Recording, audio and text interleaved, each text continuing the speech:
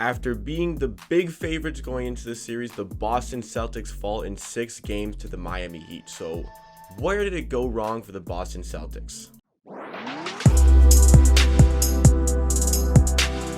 Welcome to Amateur Hour Sports, where we drift away from Raptors content again to talk about the end of the Boston and Miami series, where the Miami Heat come on top in Game 6 and in pretty comfortable fashion in the end. It was a tight game throughout, and in the fourth quarter, near the end, the Miami Heat take over, Boston go cold, and it's a comfy win for the Miami Heat, who go on to play the Los Angeles Lakers in the NBA Finals starting this Wednesday. A series I am very excited to see LeBron James playing against his former team, the Miami Heat. I don't think they're going to win that series, but I didn't think they'd win this series against the Boston Celtics, and I didn't think they'd win the semifinals against the Milwaukee Bucks, but didn't even get to 7 in either of those. They've gone through 4 games, 5 games, and now 6 games. So, do we see a 7-game series on the horizon?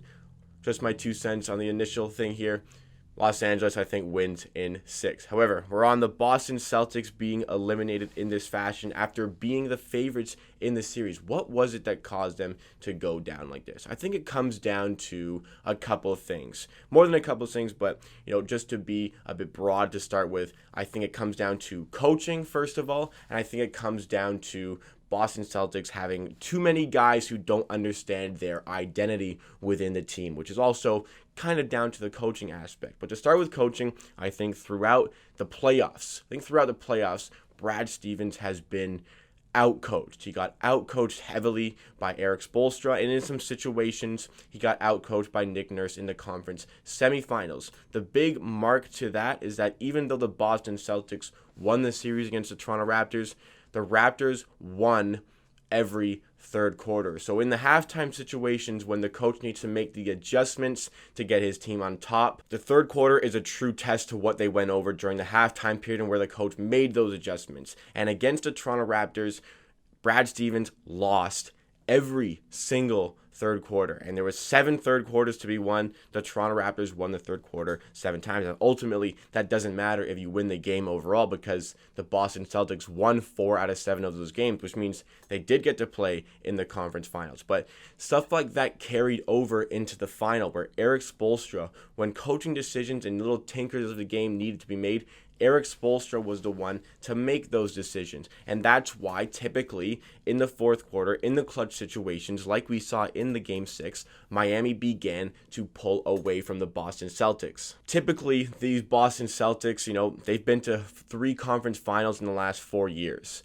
What you need to do with them is make it close and expect them to make mistakes down the end of the game. You don't need to overpower them throughout, but if you keep close with them, and Miami did this in a few games, even in Game 1, where they made a big pushback near the end and recovered a lot of points to get themselves in a position to win, and Bam Adebayo makes the big block to stop the Boston Celtics taking Game 1. These situations where Miami can just take over a game down the stretch and take off, we saw in Game 5 maybe that wasn't the case because Boston were the team to close out very well. But in typical Boston fashion here, with this core group of players, they falter in clutch situations. And it's down to coaching, and it's down also to players not knowing their identity within the team, because there was a lot of guys who can score on this Boston Celtics team, no doubt. You got Kemba Walker, you have Jason Tatum, you have Jaylen Brown, you got Gordon Hayward, who's still finding his feet after that horrible injury in his first season with the Celtics. Marcus Smart had some good games, and he had some bad games within the playoffs. And I think one of those bad games we saw last night. Regardless, a lot of guys can put the ball in the basket for the Boston Celtics. But in the clutch situations, when you want to give the ball to a guy and let him go get his points, who is that guy for the Boston Celtics? Because if you asked 3 guys, if you asked Jason Tatum, Kemba Walker, and Jaylen Brown who the guy in the clutch should be, they'd probably all give you different answers. Kemba would say it's himself, Jason would probably say it's himself, and Jaylen Brown would probably say it should be a mixture of all of them because he knows he's not quite on the level of those other guys. But still, they don't understand the identity of their team when they're in those clutch situations. When you need to give the ball to a guy like Jimmy Butler and say, go get us a bucket, go get us back in the game. The Boston Celtics didn't identify a guy to do that. And sure, it's fine to really spread the ball around the offense, but when Kemba Walker is going to run out the entire shot clock himself to put up a step back contested three, is that really the best play you could have run in the circumstance? Or could you have given the ball to a guy, let's say Jason Tatum, who can get to the rack, and if somebody closes out on help defense, then you kick it out? I think that the guy on the offense, when you're in the clutch situations for the Boston Celtics, should have been Jason Tatum, but even he had his struggles at times throughout this series. And this lack of identity also goes to Brad Stevens. Brad Stevens should have identified what everybody's role on the team should have been, but even he had problems identifying which players should get which minutes, which shots, because who knows why Gordon Hayward was getting 32 minutes in that game 6, not contributing to the game very much. Who knows why Marcus Smart was allowed to take 22 field goal attempts in this game. I think Marcus Smart was pretty annoyed in this series because he couldn't defend Tyler Hero. Tyler Hero was absolutely torching Marcus Smart throughout the 6 games, and Marcus Smart, in order to make up for his lack of defense, probably too proud to admit it because he's a first team all defense, and rightfully so, but getting torched in this series, tried to make up for it by shooting a lot to make up the points by himself. No. Understand your role. You're not the offensive guy. You don't need to take the second most shots on the team. Why is Marcus Smart being treated like a top 2 option on the Boston Celtics in a lot of situations in the conference finals? Give the ball to the guys who are getting it in the bucket. Jaylen Brown was 10 for 17 from the game. Why was he not getting more shots in the fourth quarter? Why was Brad Wanamaker getting a useless 9 minutes on the court? Boston have a bit of a short bench, but still, why is Wanamaker getting that much minutes? Does he really need to be in there to contribute? I don't think he needs 9 minutes. And why is Robert Williams only getting a handful of minutes? What, did he play 4 minutes? I think he was vitally underutilized in this series. I think he would have made a big difference over the course, and we didn't even get to see it. We saw more Enes Kanter, who sure is a good scorer at the rim, but on defense, well, you know how horrible Enes Kanter is on defense. Another coaching mistake, I think, down the stretch of that Miami-Boston game, right where Miami really started to take advantage, really started to pull away. Brad Stevens goes small ball. No big on the court for the Boston Celtics. They tried it in the Toronto Raptors series after the Raptors did it so successfully in Game 6 when they had OG Anunoby playing as the 5 guarding Daniel Tice. The Raptors ended up taking down the Boston Celtics in double overtime, much to the credit of Nick Nurse for making that decision to go small ball. Didn't really work in Game 7. Both teams went small ball, and I didn't like the way the Raptors were playing, but Brad Stevens uses this technique Nick Nurse deployed in Game 6. He copied it in Game 7, and he uses it here in Game 6. The difference is the Miami Heat have Bam Adebayo, who can defend on the perimeter and still be that big commanding presence as the number 5 on the court. And that is exactly what happened because Bam absolutely went to town in the fourth quarter. And when Boston started going cold, who was there to clean up the rebounds with nobody else to contest them?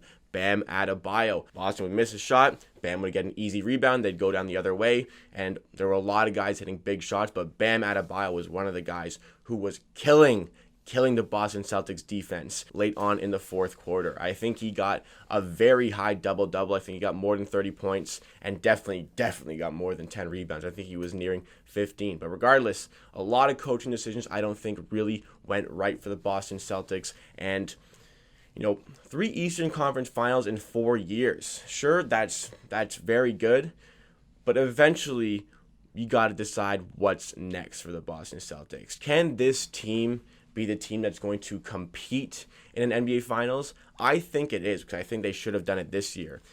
A lot of Celtics fans on Twitter, I like to go through social media right after these big situations to see how the fans react. Boston Celtics fans, there's a lot of them calling for Brad Stevens to get fired. There's a lot of them calling Jason Tatum to get traded. I think that is a bit ridiculous, but I think you need to look at Brad Stevens for the way he was dismantled in this coaching battle against Erik Spoelstra. You need to look at that battle and decide, well, what went wrong and how are we going to fix this? As far as trading Jason Tatum, that is absolutely ridiculous. The guy is 22 years old. He's already a great player in the NBA. He is a star. I think Jaylen Brown, 23 years old. Robert Williams, who is still growing into his own at 22 years old. There's a lot to like about the age of this Celtics team. But is Brad Stevens the best to get out of this team? I'm not sure. A lot of Celtics fans really wanted to use Kyrie Irving as the scapegoat for why they didn't push on when he was there, but maybe we can also look at the coaching. I don't think he should be fired, but I think you need to look at him and say, okay, well, what are you going to do to fix this? And if you can't, maybe we do need to look somewhere else. That time shouldn't be right now, but in the future, maybe you do need to look at that situation, because with Kyrie Irving, they struggled and people put it on Kyrie Irving. And sure, Kyrie Irving has his problems, but maybe it wasn't all on him, because with Kemba Walker, there's still a lack of identity with this offense. How are they going to win in clutch situations? When the going gets tough, it's a tight game in the fourth. Who gets the ball? What play do they run to get on top? And that was something you seldom saw in this series against the Miami Heat. And because Erik Spoelstra was such a great coach, those little deficiencies in the Celtics game in the clutch were really at the forefront of the game. Full credit to Miami for going and taking this series. Like I said, I thought that the Celtics were favorites in this series. Even after going down 1-0, I still thought the Celtics would win this one in 7. We didn't even get to a 7th game.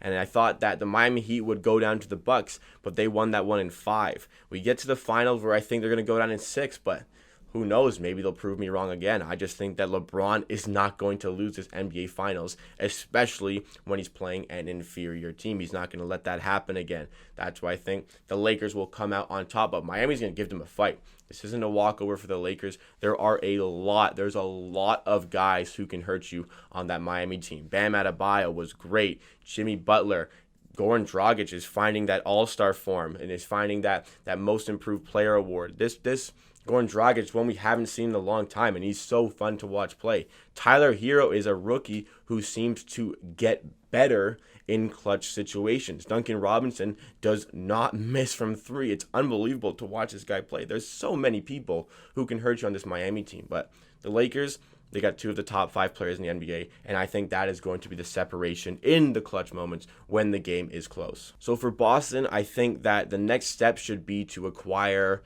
a proper big. I know they've been wanting one for a while. I don't think, even though Daniel Theis has been pretty good in the playoffs, I don't think he is the guy for them. They really need one who can space the floor, and unfortunately that isn't Daniel Theis. They have some assets they can move in order to get a big. You need to decide which assets those are. And I'd get rid of Gordon Hayward. I don't think you're ever going to see what he used to be. That injury changed him, and yes, it's sad, but you got to make the decision for your basketball organization. And the Boston Celtics, I think, need to move on from him and maybe get another bench scorer, because the bench was really lacking, and you really saw it throughout the playoffs. I think if the Raptors made better of their bench, maybe they could have won that series, but that's all in the past. I think Boston need to work on their bench, because when you bring in guys like Brad Wanamaker, is that really going to be the difference, him getting 9 minutes in the game? Not really. So I think the player personnel, no major personnel needs to change, but still some changes need to be made to the Boston Celtics. What do you guys make of this series?